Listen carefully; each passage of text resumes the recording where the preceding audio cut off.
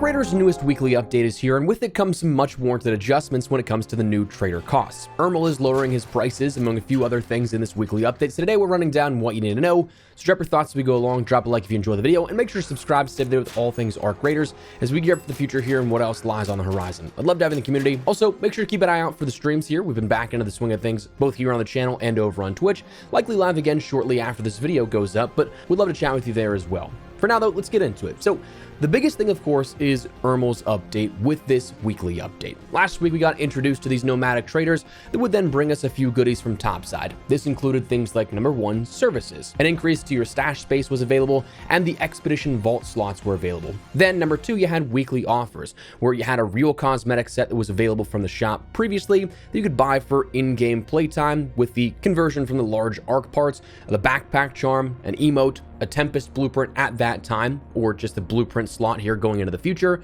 the turbine compressor, epic and gold ships, and real in-game currency. Now, there was a few things that were problematic with this. Number one, prices were obscene in some situations, and the currency was only 25 Raider tokens for 150,000 worth of comparable value. Wildly steep for not necessarily the best return, especially in that capacity, right? The Tempest blueprint in particular was also a pain point for a lot of people. Great blueprint without a doubt, but for 1 million in comparable value, you were honestly better off just looking in the night raids for the thing or the hurricane caches, because you'd absolutely find it quicker by comparison to racking up 1 million in prices for those larger arc parts to trade.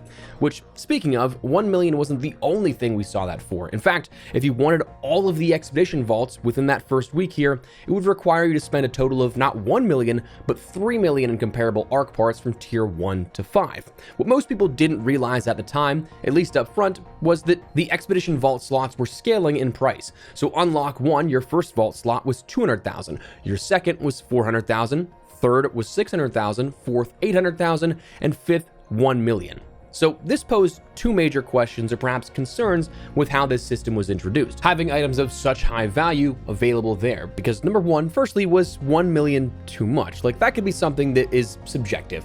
Maybe some people don't think it's as high as it could have been. Maybe some people think it's unrealistically high. Like, I'll be honest with you, as someone who grinds out each expedition to the point where I don't have anything to do for the last couple of weeks here, I didn't mind this because it did give me something that was a conscious goal and something that would take a lot of time to grind out and go through for all 5 of these. However, I also recognize that my time played and availability is in the 1% of the 1% perhaps. So for this to be accessible to all players and for all players to have a chance, I recognize that 3 million is higher than ideal.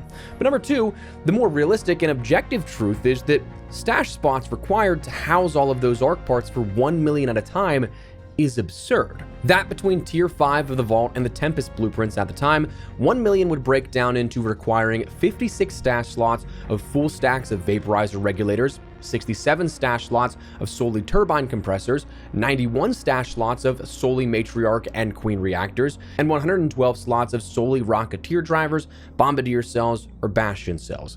At best, 56 stash slots required to hold on to things that would almost require you to have that stash expansion of an extra 12, and honestly, at least 2, perhaps all 3 expedition bonuses fully upgraded to feel comfortable, I guess, but then upwards of 112 slots. I mean, there's no way really around that at the moment, without the ability to gradually contribute like you could to a project, it just became something that was kind of a burden to end up getting that 1 million there at that.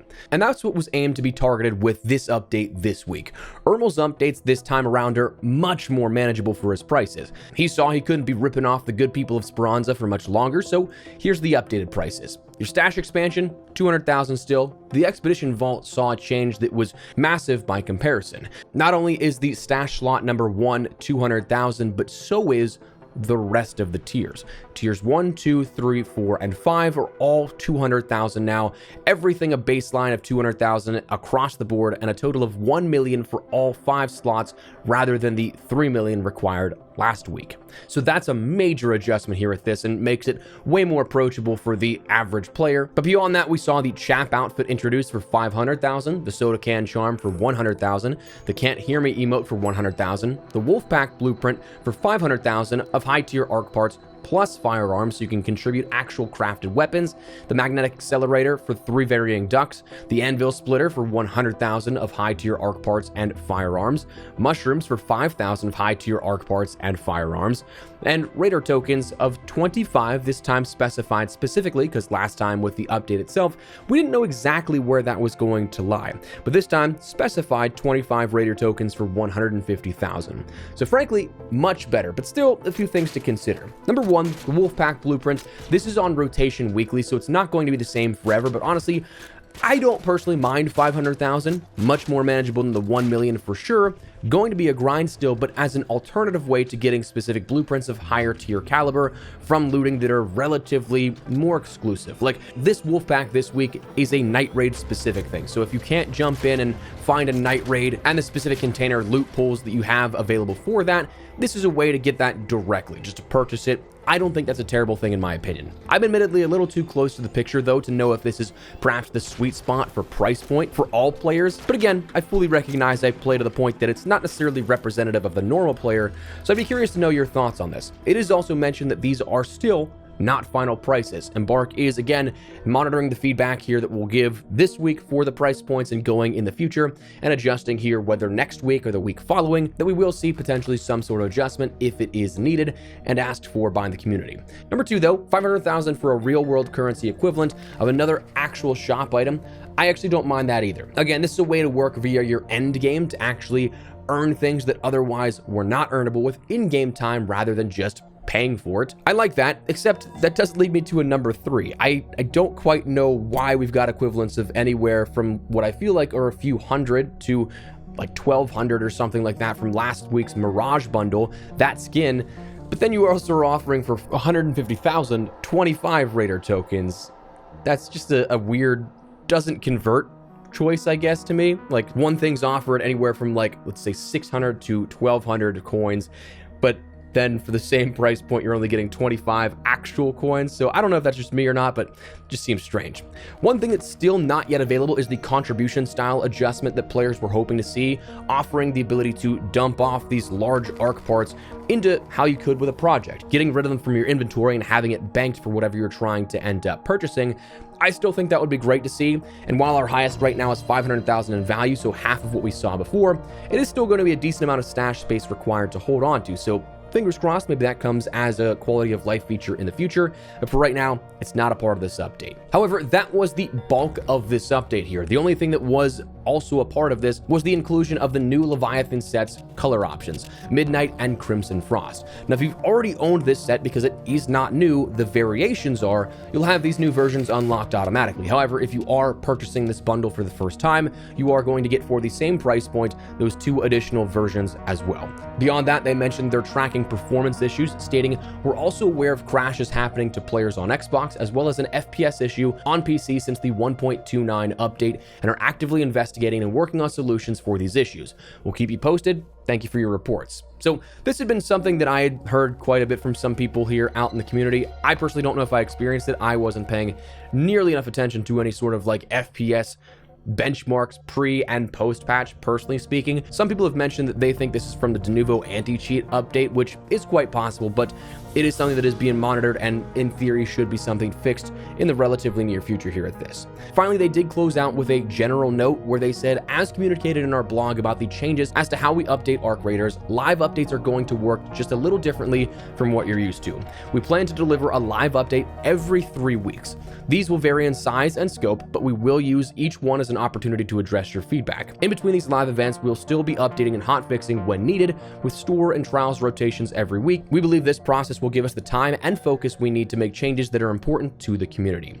So for this, it's kind of, again, a roundabout way of describing how they're going to be updating without giving too many specifics.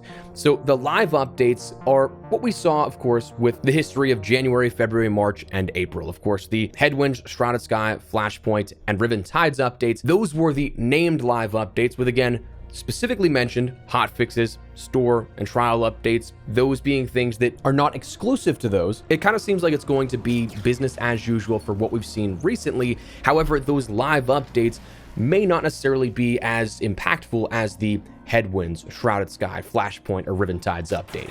I personally think that it was kind of crazy that last week's update with the trader was listed as a small update, because that is a foundational thing if you ask me. But while the next big targeted update is October, it kind of seems like we will still have some things every 3 weeks as opposed to every 4 weeks. It just really depends on what that's going to be an offering of. Like, I'm not saying this is going to give us more content, but more so taking the scale of what we saw from January, February, March, and April, and then probably porting it out across 2 or 3 live updates so that you have that comparison of the larger offering, but just spread out a little more. Those every 3-week live updates not being as large as one singular live update. So maybe like every 6 to 9 weeks, we end up seeing the sort of bubble of those being equivalent to one of those previous monthly updates in the past. So perhaps 1/3 week, we have a new weapon blueprint or a set of quest updates, a new raider deck, something like that, that on the larger scale, you'll notice it, but week to week, you might not notice it as much. That's the way that I'm thinking here of this, where I'm expecting less in a immediate fashion and in a bulked fashion, but big picture, I don't know that it's going to be as impacted as many people consider. I don't know if that's just me or whatever, but anyways, that is the update we had here today for Ermel and the weekly update. Let me know your thoughts down below. You guys like these pricing updates we've seen for the trader? Let me know. If you guys enjoyed the video, you found it at all insightful, do me a favor and drop a like on it. And of course, if you're new to the channel, make sure you subscribe so you don't miss a single thing regarding all things Arc Raiders and even more FPS content. I'd love to have in the community, but for now, thanks so much for watching. My name is Espresso. I'll see you later. Take care and peace.